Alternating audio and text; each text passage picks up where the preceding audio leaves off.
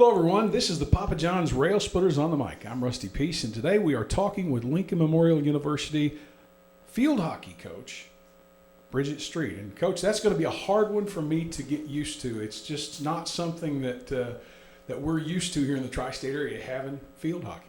We're excited to have field hockey here. There's one program, Rhodes College, they're a D3, but we are the first D2 in Tennessee. So that's really exciting for us, and really excited to be a part of the SAC and Conference Carolinas and start building the legacy here. Before I completely put my foot in my mouth here, let's, when I did the introduction there to the show, I almost said women's field hockey. There is no men's field hockey in NCAA, is there? There isn't, unfortunately. There's a lot of really great young men that are training, and the pipeline for them kind of ends. There's high school, and sometimes they'll be able to go and play in games. Other times it'll violate rules for their state for whether they can participate or not. So they're training but don't get to play, or they end up canceling games for their team if they win, if there's too many on the field. So they pretty much go through high school and then it's straight into Olympic development opportunities or becoming practice players at the college level. So hopefully down the line, we're really hoping that men's hockey will pick up here because it's a huge sport overseas. So. Now, we are observing the guidelines of COVID-19 today. I want to bring that up and point that out. We are a good 8 feet or better apart right now within this office. And, Coach, that in and of itself is kind of nothing more than miraculous, because the last time I saw you, you were at a little desk against the wall just outside my office in the arena, and now you've moved down to the practice facility and you have your own digs now.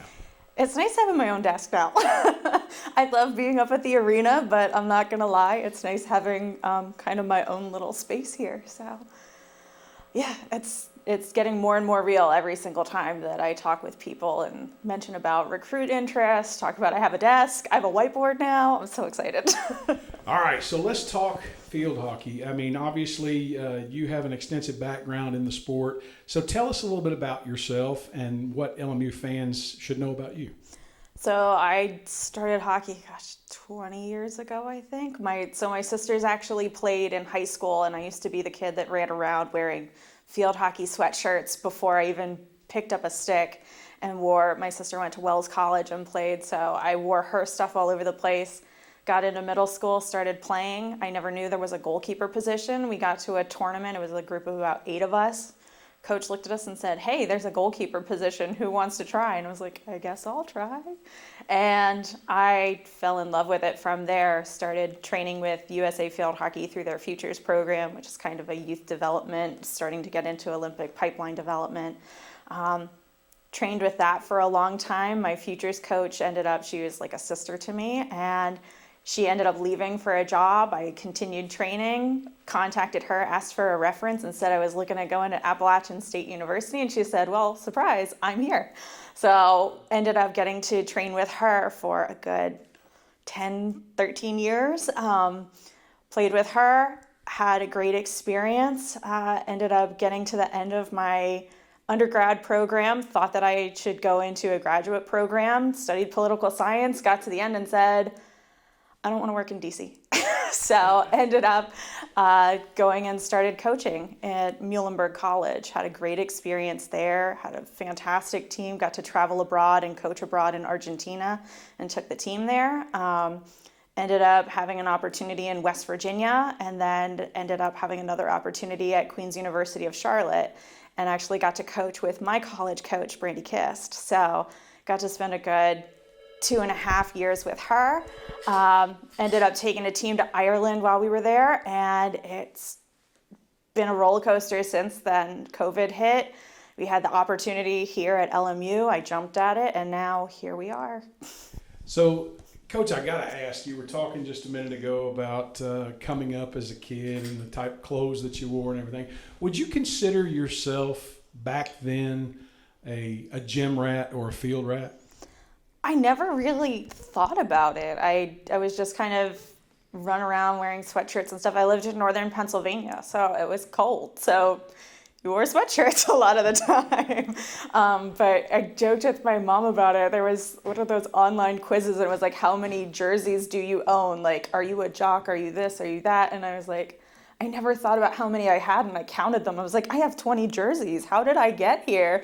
I don't remember doing this. And I was like, well, this is this tournament. This is this tournament. I don't wear this field one, but I have a goalkeeper one for this. So I don't know. I was a kid that did band. I was in chorus. I was in the pit band for orchestra. I was in the art club. I was president of the art club, president of the Small Worlds Club, which was a foreign language club. I was really involved in pretty much everything and anything being in a small school. And that's something that I really hope that we can have our students do here as well, is be involved in a lot of opportunities here.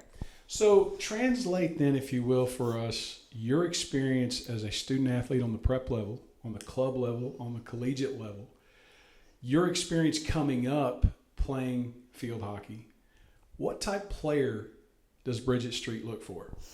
I look for the player that's gritty, that wants to grow, that wants to learn, and wants to have fun. I think is one of the biggest things. We have a worldwide pandemic right now, so it's very stressful, and looking at opportunities for students to be able to have that relaxing moment, as much of a challenge as hockey is, I want you to come to the field and I want you to have fun, to be with your family, to have just that moment of kind of release from the day. And you may have had a really bad test earlier in the day, but you're able to get on the field. Your best friend Sally cracks a joke and it makes you laugh so hard that you're like doubled over. And it changes your day and makes you really have that full experience. And looking at opportunities off the field, we're looking for players that want to be involved. We're dedicated to service, figuring out ways that we can help others however possible, and then looking for ways that you can build your resume so when you're walking out the door, you are that top candidate for a job in the future. Well, we're certainly going to get into all of that down the road. We'll be talking with you multiple times between now and the end of the semester, spring 2021. Now, you mentioned that you played keeper on the collegiate level. It's been said, and I for the life of me, I couldn't tell you who said it, but I've heard it many times, that defense is pride and offense is talent. How do you combine the both as a coach coming from the background that you come from? I think of it more as everyone is in it together, and it's more first line of offense, last line of defense when it comes to being a goalkeeper position. When it comes to that forward, you are that first line of defense. And so in field hockey, it's a little different that there aren't offsides. Everyone can play anywhere. And if that one defender has a fantastic run up the field and somehow a forward ends up in the backfield, finding that player that's comfortable with being able to play both and understand both, that you might not be thrilled to be back there, you might be a little intimidated, but that you're willing to kind of hold your ground because you know your teammate's about to get that goal. And that it's just a different sport, really, when you think about it. There's no limit to what you can do, and it's a very creative sport in how you can set up your field, set up your lines, the presses that you can do. It's just a different animal at times. For you, I guess, taking over a program that is basically in its infant stage, one that's going to be built from the ground up is challenging enough. But throw on top of that the challenges of COVID-19, its limitations, and the limitations of what Lincoln Memorial has thus far in terms of facilities that we're working on to get prepared for the first season of field hockey. It's got to be a daunting task for you. It is a little daunting at times, but I'm always surprised and just so thrilled with the recruits that we've had contact me.